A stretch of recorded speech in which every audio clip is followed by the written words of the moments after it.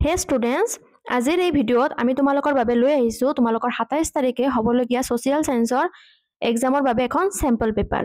তো এই চেম্পল পেপাৰৰ পৰা তোমালোকে পৰীক্ষাত বহুতখিনি কুৱেশ্যন কমন পাবা বুলি আশা থাকিল। কাৰণ ইয়াৰ আগতে আমি অসমীয়া আৰু বিজ্ঞানৰ যিটো চেম্পল পেপাৰ তোমালোকক দিছিলোঁ, তাৰে পৰা আমাৰ ষ্টুডেণ্টবিলাকে বহুত কুৱেশ্যন কমন পাইছে বুলি আমাক জনাইছে।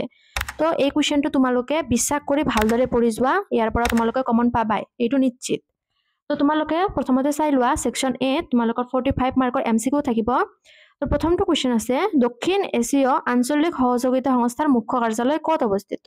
তো মই অসমীয়াতে পঢ়ি দিছোঁ, ইংলিছ মিডিয়াম বিলাকে কিন্তু বেয়া নাপাবা দেই, তোমালোকে নিজে পঢ়ি ল'বা এইখিনি।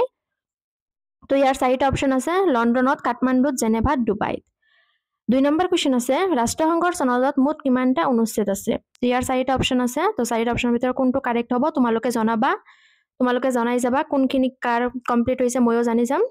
নেক্সট 3 নম্বৰ কোৱেশ্চন আছে যি মুদ্ৰাৰ গ্ৰহণযোগ্যতা বিধিসন্মত তেনে মুদ্ৰা গ্ৰহণ কৰিবলৈ আপত্তি দৰ্শোৱাজন আইনমতে দণ্ডনীয় হয়, সেই মুদ্ৰা কোৱা হয়। তো ইয়াৰ চাৰিটা অপশ্যনৰ ভিতৰত কোনটো কাৰেক্ট অপশ্যন হ'ব তোমালোকে কমেণ্ট কৰিবা।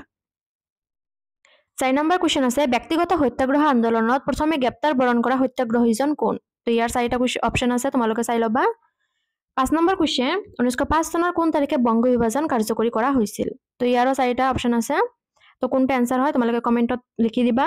6 নম্বৰ কোৱেশ্চন 1921 চনৰ জুন মাহত গঠন কৰা প্ৰদেশ কংগ্ৰেছৰ অস্থায়ী কমিটিৰ সভাপতি কোন আছিল। তো ইয়াৰ কোনটো এনসাৰ হ'ব ক'বা তোমালোকে। 7 নম্বৰ কোৱেশ্চন জনসংখ্যাৰ ফালৰ পৰা অসমৰ আটাইতকৈ বৃহৎ জনজাতিটো হ'ল। তো ইয়াৰ কোনটো এনসাৰ হ'ব এইটোও তোমালোকে কমেণ্ট কৰিবা। 8 নম্বৰ কোৱেশ্চন ৰাষ্ট্ৰসংঘৰ নিৰাপত্তা পৰিষদৰ স্থায়ী সদস্য ৰাষ্ট্ৰৰ সংখ্যা হ'ল 5, তাৰে 4খন সদস্য ৰাষ্ট্ৰ হ'ল ৰাছিয়া, চীন, গ্ৰেট ব্ৰিটেইন, আমেৰিকা যুক্তৰাষ্ট্ৰ। 5খন স্থায়ী সদস্য ৰাষ্ট্ৰ হৈছে, তো কোনখন হ'ব 5খন সদস্য ৰাষ্ট্ৰ তোমালোকে জনাবা এইখন। নেক্সট আছে 9 নম্বৰ কোৱেশ্চন দেশ এখনৰ অৰ্থনীতিৰ সৈতে বিশ্বৰ অন্যান্য দেশৰ অৰ্থনীতিৰ সংযোগ স্থাপন কৰাটোৱেই হ'ল। তো ইয়াৰ এনসাৰ কি হ'ব তোমালোকে কমেণ্ট কৰিবা। 10 নম্বৰ কোৱেশ্চন ভাৰতবৰ্ষৰ এটা বিত্তীয় বৰ্ষই সামৰি লোৱা কালচোৱা হ'ল। ইয়াৰো 4টা অপশ্যন দিয়া আছে। 11 নম্বৰ কোৱেশ্চন তলৰ কোনটো মানৱ উন্নয়নৰ সূচক নহয়। শিক্ষা, প্ৰত্যাশিত আয়োগ, জনমূৰীয়া জীৱন যাত্ৰাৰ মান, কোনটো নহয় তোমালোকে চাই ল'বা। 12 নম্বৰ কোৱেশ্চন বাংলা ভাষাৰ ঠাইত অসমত অসমীয়া ভাষাৰ পুনৰ প্ৰচলন কেতিয়া হৈছিল। তো ইয়াতো 4টা অপশ্যন আছে। আৰু এইখিনিতে তোমালোকক জনাই দিওঁ যে আমি তোমালোকৰ বাবে 100 কমন এমসিকিউ ভিডিঅ' আপলোড কৰিছোঁ, যোনে যোনে এতিয়াও চোৱা নাই সেইটো তোমালোকে চাই ল'বা, তাৰে পৰা বহুতখিনি কুৱেশ্যন তোমালোকৰ এমসিকিউ কমন পৰি যাব। নেক্সট কুৱেশ্যন আছে 13 নম্বৰ কুৱেশ্যন অষ্ট্ৰিকসকলে ভাৰতীয় সংস্কৃতিলৈ আগবঢ়োৱা অৱদানসমূহ হ'ল। ইয়াৰ কাৰেক্ট আনসাৰ কোনটো হ'ব তোমালোকে চাই ল'বা। 14 নম্বৰ কুৱেশ্যন 1932 চনত সাম্প্ৰদায়িক বটোৱাৰা ঘোষণা কৰা ব্ৰিটিছ প্ৰধানমন্ত্ৰীজন আছিল। তো ইয়াৰ 4টা অপশ্যনৰ ভিতৰত কোনটো কাৰেক্ট হ'ব তোমালোকে জনাবা। 15 নম্বৰ কুৱেশ্যন কোনখন দেশৰ সংবিধান অনুসৰণ কৰি ভাৰতবৰ্ষৰ যুক্তৰাষ্ট্ৰীয় ব্যৱস্থা প্ৰৱৰ্তন কৰা হৈছিল। 16 নম্বৰ কুৱেশ্যনত আছে কোন তাৰিখে মানৱ অধিকাৰ দিৱস পালন কৰা হয়। তো তোমালোকে অপশ্যনবিলাক চাই তোমালোকে কমেণ্ট কৰিবা, যোনে নাজানা তেওঁলোকে জানি ল'ব এনসাৰবিলাক। 17 নম্বৰ কুৱেশ্যন ভাৰতৰ প্ৰথম বেংকটোৰ নাম কি। নেক্সট আছে 18 নম্বৰ কুৱেশ্যন লোকসংগীতলৈ আগবঢ়োৱা অৱদানৰ বাবে অসমৰ কোন শিল্পীক পদ্মশ্ৰী সন্মান প্ৰদান কৰা হৈছিল। 4টা অপশ্যন আছে। 19 নম্বৰ কুৱেশ্যন ৰাজেনৰ দেউতাকে নগৰত ৰিক্সা চলাই জীৱিকা উপাৰ্জন কৰে, তেওঁৰ এই বৃত্তিটো কোনটো শ্ৰেণীত পৰে। তো ইয়াৰো 4টা অপশ্যন আছে, কোনটো হ'ব ক'বা তোমালোকে। 20 নম্বৰ কুৱেশ্যন তলত দিয়া বৰাবৰ অসমৰ দ্বিতীয় শ্ৰেণীৰ নগৰখন চিনাক্ত কৰা। নেক্সট 21 নম্বৰ আছে উত্তৰ পূব সীমান্ত ৰেল মণ্ডলৰ মুখ্য কাৰ্যালয় ক'ত অৱস্থিত। 22 নম্বৰ কুৱেশ্যন অসমৰ জনসংখ্যাৰ ক্ষেত্ৰত 2011 চনৰ লোকপিয়ল মতে তলৰ কোনটো সত্য। তো ইয়াতে 4টা তোমালোকৰ সত্য নে অসত্য সেই বুলি তোমালোকৰ সেন্টেন্স দিয়া আছে, তো তোমালোকে পঢ়ি চাবা আৰু কোনটো সত্য বা অসত্য তোমালোকে এনসাৰত জনাবা। 23 নম্বৰ আছে অসমৰ সীমাৰ লগত সংলগ্ন থকা বিদেশী ৰাষ্ট্ৰবোৰ। তো ইয়াৰো 4টা অপশ্যন আছে, তোমালোকে কমেণ্টত জনাবা কোনটো এনসাৰ হয়।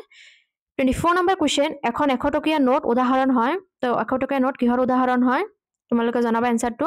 25 নম্বৰ কুৱেশ্যন ৰাষ্ট্ৰসংঘৰ বৃহত্তম অংগ কোনটো, বহুত ইম্পৰ্টেণ্ট কুৱেশ্যন হয় এইটো। 26 নম্বৰ কুৱেশ্যন ভাৰতে কোন চনত অৰ্থনৈতিক সংস্কাৰ গ্ৰহণ কৰিছিল।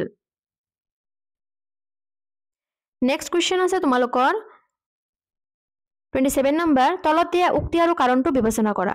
ইয়াতে এজাৰশ্যন আৰু ৰিজন আছে। ষ্টেটমেণ্টেল কুৱেশ্যনবিলাক তোমালোকৰ পৰীক্ষাত বহুত কমন, তো ইয়াতে ষ্টেটমেণ্টেল কুৱেশ্যনবিলাক আছে, তোমালোকে চাই লোৱা ভালদৰে।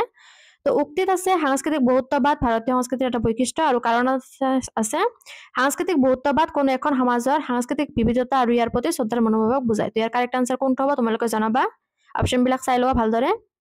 নেক্সট আছে 28 নম্বৰ ভাৰতীয় জাতীয় কংগ্ৰেছৰ 41তম অধিৱেশন অনুষ্ঠিত হৈছিল তো ইয়াৰ কাৰেক্ট আনসাৰ কোনটো হ'ব চাই লবা তোমালোকে 29 নম্বৰ কোৱেশ্চন দাণ্ডি যাত্ৰাত মহাত্মা গান্ধীক সহায় কৰা অসমৰ ছাত্ৰগৰাকী আছিল তো কোনটো হ'ব ইয়াৰ আনসাৰ জনাবা তোমালোকে কমেন্টত 30 নম্বৰ কোৱেশ্চন কোনখন মহাদেশত পৃথিৱীৰ উচ্চতম হ্ৰদ ত্ৰিকুটিকা অৱস্থিত 31 নম্বৰ কোৱেশ্চন পৃথিৱীৰ দ্বিতীয় বৃহত্তম দেশ হ'ল তো কোনটো হ'ব জনাবা তোমালোকে কমেন্ট বক্সত 32 নম্বৰ কোৱেশ্চন তলৰ কোনখন সৰ্বাধিক মাছ উৎপাদনকাৰী জিলা 33 নম্বৰ কোৱেশ্চন আছে জনসংখ্যাৰ ভিত্তিত অসমৰ জনগোষ্ঠীসমূহৰ ক্ষেত্ৰত তলৰ কোনটো বিকল্প শুদ্ধ 34 নম্বৰ কোৱেশ্চন আছে 1935 চনৰ ভাৰত চৰকাৰ আইনখনে তো ইয়াতে দুটা তোমালোকৰ ষ্টেটমেন্ট দিছে তো কোনটো শুদ্ধ হ'ব কোনটো অশুদ্ধ হ'ব তোমালোকে জনাবা অপচন বিলাক ভালদৰে চাই লবা তোমালোকে 35 নম্বৰ কোৱেশ্চন কোনখন মানৱ উন্নয়নৰ প্ৰতিবেদনত লিংগ বৈষম্য সূচকাংকৰ ধাৰণাটো সন্নিৱিষ্ট কৰা হৈছে তো ইয়াৰ চাৰিটা অপচনৰ ভিতৰত কোনটো কাৰেক্ট হ'ব জনাবা 36 নম্বৰ কোৱেশ্চন উত্তৰ পূৰ্বাঞ্চলৰ অস্তিক নৃগোষ্ঠীৰ অন্তৰ্গত জনজাতিটো কি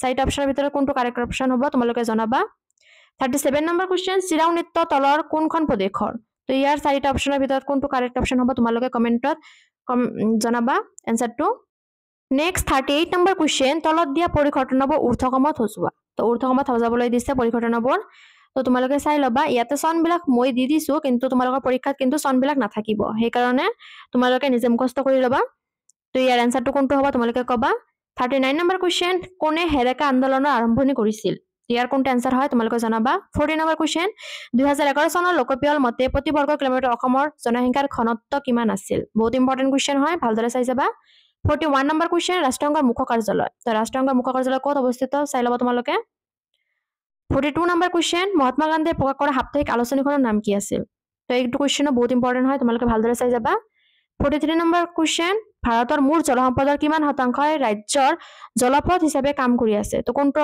অপচন কাৰেক্ট হ'ব কবা তোমালোকে কমেন্টত 44 নম্বৰ কোৱেশ্চন আছে ভাৰত চৰকাৰে উত্তৰ পূব ঔদ্যোগিক বিনিয়োগ নীতি ঘোষণা কৰিছে তো ইয়াৰ কোনটো অপচন কাৰেক্ট হ'ব তোমালোকে কৈ দিবা আৰু এমসিকিউৰ ভিতৰত লাষ্ট কোৱেশ্চনটো হ'ল অসমৰ সৰ্ববৃহৎ কৃষিভিত্তিক উদ্যোগটো হ'ল এই এমসিকিউ কোৱেশ্চনসমূহৰ ভিতৰত কোনে কোনটো জানা সেইটোৱে কমেন্ট কৰিবা আৰু যিসকলে গোটেইকেইটা জানা তেওঁলোকে গোটেইখিনি কমপ্লিট কৰি দিবা কমেন্টত তো যিসকলে নজনা ষ্টুডেন্ট আছে তেওঁলোকৰ হেল্প হৈ যাব নেক্সট আমি আহিছো থিওৰি কোৱেশ্চন অৰ্থাৎ সেকশন বি লৈ তো সেকশন বি তোমালোকে চাই লোৱা 46 নম্বৰ কোৱেশ্চনত কি আছে স্বদেশী আন্দোলনে জাতীয় শিক্ষালৈ আগবঢ়োৱা বৰঙণিৰ বিষয়ে চমুকৈ আলোচনা কৰা 4 মাৰ্কৰ কোৱেশ্চন হয় বহুত ইম্পৰ্টেন্ট ভালদৰে চাই যাবা তোমালোকে 47 নম্বৰ কোৱেশ্চন আছে জালিয়ানাৱালাবাগৰ হত্যাকাণ্ড কেতিয়া সংঘটিত হৈছিল ঘটনাটো চমুকৈ বৰ্ণনা কৰা 4 মাৰ্কৰ কোৱেশ্চন হয় নাইবা দি আৰু এটা কোৱেশ্চন আছে কি পৰিস্থিতিত মহাত্মা গান্ধী অসহযোগ আন্দোলন আৰম্ভ কৰিছিল এই আন্দোলন কিয় বন্ধ কৰিব লগা হৈছিল বহুত ইম্পৰ্টেন্ট কোৱেশ্চন হয় এইবিলাক তো তোমালোকে এটা কোৱেশ্চন একেবাৰে ভালদৰে কমপ্লিট কৰি পৰীক্ষা দিবলৈ যাবা 48 নম্বৰ কোৱেশ্চনলৈ আগবাঢ়িছো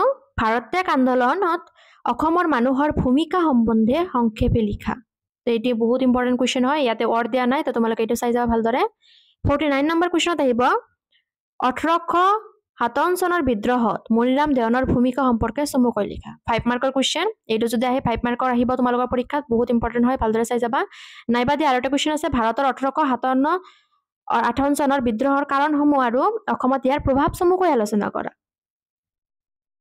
নেক্সট 50 নম্বৰ কোৱেশ্চনত আছে তোমালোকৰ অসমৰ চিত্ৰকলা সম্পৰ্কে এটি টোকা লিখা আৰু নাইবা দি আৰু এটা কোৱেশ্চন আছে প্ৰাচীন ভাৰতৰ ভাস্কৰ্য শিল্পৰ ওপৰত এটি টোকা লিখা বহুত ইম্পৰ্টেন্ট কোৱেশ্চন হয় এই দুটা ভালদৰে চাই যাবা তাৰ পিছত আমি আহিছো 51 নম্বৰ কোৱেশ্চনত আছে জিওগ্ৰাফি তো জিওগ্ৰাফিৰ পৰা তোমালোকে চাই লোৱা কি আছে সম্পদ সংৰক্ষণ বুলিলে কি বুজা সম্পদ সংৰক্ষণৰ তিনিটা পদ্ধতি উল্লেখ কৰা 1 + 3 = 4 টোটাল 4 মাৰ্ক থাকিব ইয়াতে ভালদৰে চাই যাবা এইটো বহুত ইম্পৰ্টেন্ট কোৱেশ্চন আহি যাব এইটো 52 নম্বৰ কোৱেশ্চন আছে গোলকীয় উত্তাপ বৃদ্ধি বুলিলে কি বুজা গোলকীয় উত্তাপ বৃদ্ধিয়ে কি ধৰণৰ সমস্যাৰ সৃষ্টি কৰিব পাৰে বহুত ইম্পৰ্টেন্ট হয় এইটো 4 মাৰ্কৰ কোৱেশ্চন নাইবা দি আৰু এটা কোৱেশ্চন আছে মৰুকৰণ কি মৰুকৰণৰ প্ৰধান কাৰণসমূহ কি 53 নম্বৰ কোৱেশ্চন মহাদেশীয় বিস্তাপনা সূত্ৰটো বৰ্ণনা কৰা নাইবা দি আৰু এটা কোৱেশ্চন আছে এছিয়া মহাদেশৰ ভূ-প্ৰাকৃতিক বৈশিষ্ট্যসমূহ চমুকৈ আলোচনা কৰা 54 নম্বৰ কোৱেশ্চনত আছে অসমৰ পৰিবহণ ব্যৱস্থাৰ যিকোনো 5টা অন্তৰায় লিখা 5 মাৰ্কৰ হ'ব নাইবা দি আৰু এটা কোৱেশ্চন আছে অধিক সম্ভাৱনা থকাৰ পিছতো অসমত ঔদ্যোগিকৰণ প্ৰক্ৰিয়া লেহেমীয়া এই কথাহাৰৰ যুক্তিযুক্ততা প্ৰমাণ কৰা 5 মাৰ্কৰ কোৱেশ্চন 55 নম্বৰ কোৱেশ্চনত আছে অসমৰ এখন মানচিত্ৰ আঁকি তলত দিয়া ঠাইবোৰ বহুৱা অসমৰ দুখন বিশ্ব ঐতিহ্য ক্ষেত্ৰ আৰু সফটৱেৰ প্ৰযুক্তি পাৰ্ক এই দুটা তোমালোকক অসমৰ মানচিত্ৰ আঁকি বহুৱাব লাগিব নাইবা দি আৰু এটা কোৱেশ্চন আছে তোমালোকৰ অসমৰ জনসংখ্যা বৃদ্ধিৰ কাৰণবোৰ চমুকৈ আলোচনা কৰা কেৱল দৃষ্টিহীন পৰীক্ষাৰ্থীৰ বাবে এইখিনি কিন্তু তোমালোকে কৰিব নোৱাৰা এইখিনি কেৱল দৃষ্টিহীন পৰীক্ষাৰ্থীয়ে কৰিব 56 নম্বৰ কোৱেশ্চন আছে ভাৰতবৰ্ষৰ সংবিধানৰ প্ৰস্তাৱনাত সংবিধানৰ আদৰ্শ কেনেদৰে প্ৰকাশ পাইছে চমুকৈ ব্যাখ্যা কৰা 3 মাৰ্কৰ কোৱেশ্চন হয় পলিটিক্যাল সায়েন্সৰ নাইবাদে আৰু এটা কুৱেশ্যন আছে, সংসদীয় গণতন্ত্ৰ কি? ভাৰতবৰ্ষৰ সংসদীয় গণতন্ত্ৰ আৰু ইংলেণ্ডৰ সংসদীয় গণতন্ত্ৰৰ মাজত থকা মূল পাৰ্থক্য কেইটা লিখা।